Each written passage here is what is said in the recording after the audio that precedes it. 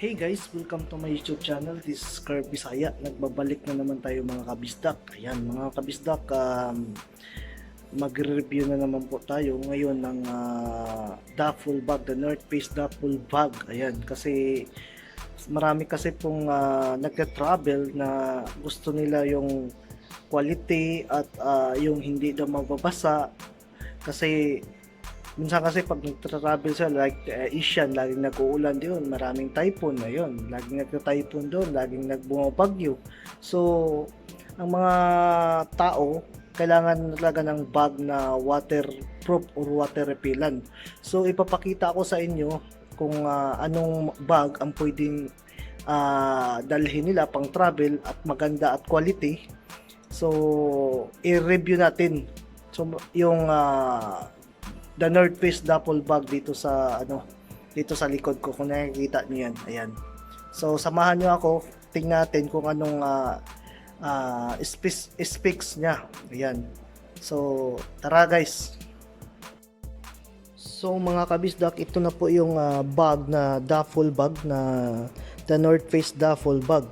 Ito po ay ang size po nito ay small. Ayan, actually hindi lang po available ang small dito, marami po ang available na size dito. Mayroon pong extra small, small, medium, large at saka XL, at mayroon din pong double XL.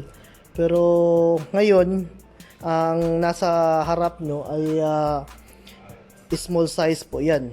So mga kabisdak, hindi lang po dilaw ang kulay din po nito, marami na pong kulay pa. So mayroong itim, mayroong pula, ayan, mayroong blue. Ayan ang available nitong the North Face duffel bag. Ayun, so i-review natin mga kabisdak. Ayun, itong duffel bag na to. Ayan, kung makikita nyo yan, ito ito yung tinatawag na top pocket. So ang top pocket po yan, so, makikita yan. So pwede kayong maglagay dito ng mga wallet, ayan, mga susi, ayan, itong pocket na to. Ayan. At ang kagandahan ng kasi nito, mga kabisdak, is yung materials matibay. Ayan. Kasi usually kasi sa mga bag na normal na bag, lalo na laging nagta-travel ka, naulanan, tapos nainitan, mabiak-biak yung ganito. Pero itong sa the North Face, itong bag na tong duffel bag ay matibay, hindi siya ganun, hindi siya nagbibiak-biak. Kasi ang pagtitingnan mo kasi itong the duffel bag, para siyang trapal, kung alam mo yung trapal na materials, para siya, pero hindi po siya ganun ang materials niya. Kasi yung trapal kasi pag maulanan, mainitan, nagbiak-biak, pero ito hindi po. So ito mga kabisdak, papakita ko sa inyo. Itong duffel bag na to ay pwede po siyang pang backpack. So mga kabisdak, pwede siyang pang backpack. So pwede rin po siyang pang sling. Ayan, pwede mong gawing sling siya. Itong habaan mo lang to, adjust mo lang dito. Yan. Tapos pwede mo nang gawin. Ipapakita ko sa inyo, i-demo ko po mamaya kung paano po ang pag suot nitong bag na to. At ito rin po mga kabisdak, papakita ko sa inyo. Ito yung main compartment niya. Ito, kung makikita mo yan. At iklian mo natin to. Yan.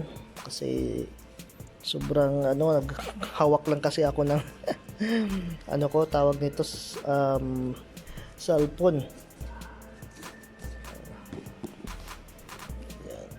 Yan. Na-adjust ko dito. Yan po.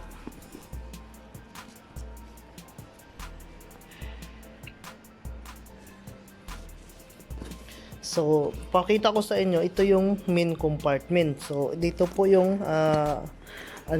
yung zipper niya. Ayan. Ayan. Open natin. Buksan natin to.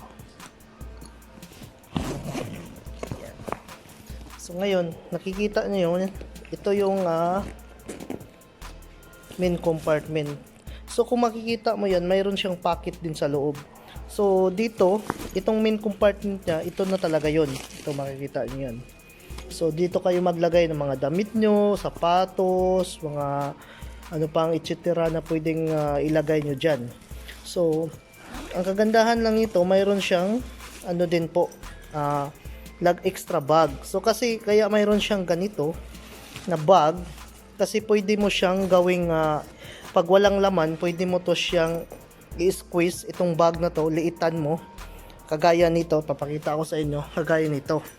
Yan, ipasok mo lang yung bag na yan, i-squeeze mo, tapos ipasok mo sa dito na bag. Tapos magiging ganito na po siya. Ayan.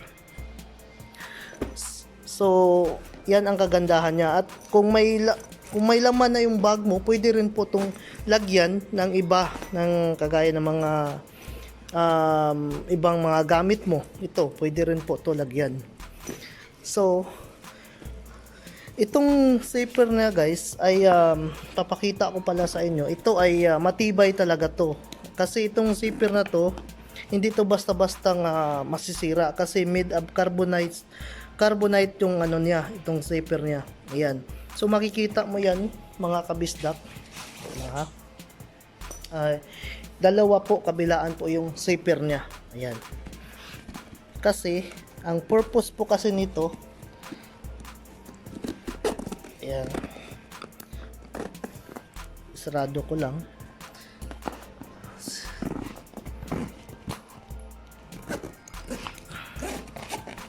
Ayan po. Ang purpose po kasi nito, kaya pinagtag po yung zipper na yan, kasi pwede kang maglagay ng susi dito. Ayan, sa gitna. Ayan. Ayan. So, pwede ka maglagay dyan ng susi. Ayan. Ng padlock. Padlock, pwede ka maglagay. Susian mo yan. Bigyan mo ng padlock. Ayan. So, tibay siya. So, yan po yung duffel bag. Ayan. Diba? Ang ganda, diba? Yan So iba-iba po ang presyo nito mga kabisdak. Sa pinakamaliit po, mayroon po siyang 20 dinar, so around 3,000 pesos. Pataas na yan, depende sa sizes po. Ayan. Itong The North Face duffel bag. Ayan. Ayan po siya.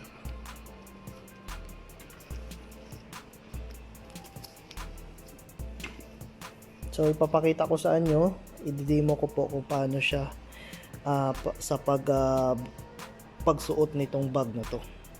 So mga kabisdak, ipapakita ko na po sa inyo, i-demo ko na po sa inyo kung paano pagsuot ng The North Face duffel bag. Ayan. Makikita ito, ginawa kong backpack. Ayan.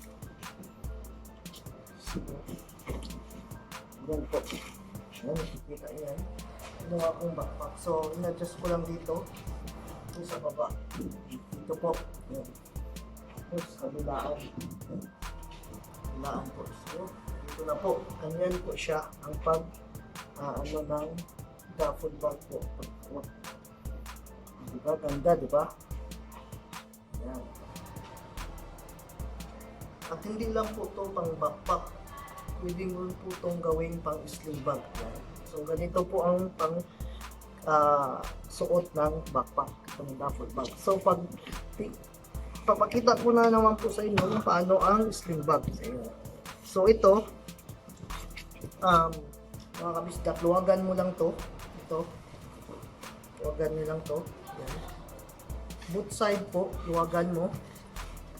Ayan, ito. Luwagan mo lang siya, hindi yan matatanggal. Ayan. Tapos, ganito lang po yan. Kaya yan. Diba? Ganda. So, ganyan na po. So, kung saan po kayo comfortable, so, either pang ganito or pang backpack. Ayan. Diba? Ganda. So, mga kabisdak, dito na lang po ako at sana ay mayroon na naman kayong natutunan sa pagbablog ko ngayon, itong The North Face duffel bag. At dito lang po ako. Sana po ay sa mga hindi pa nakasubscribe dun sa channel ko, paki-subscribe naman po at paki-like na naman po at paki-share naman po ng video natin. Ayan. So dito na lang po ako at God bless po sa ating lahat. Ayan. Bye-bye.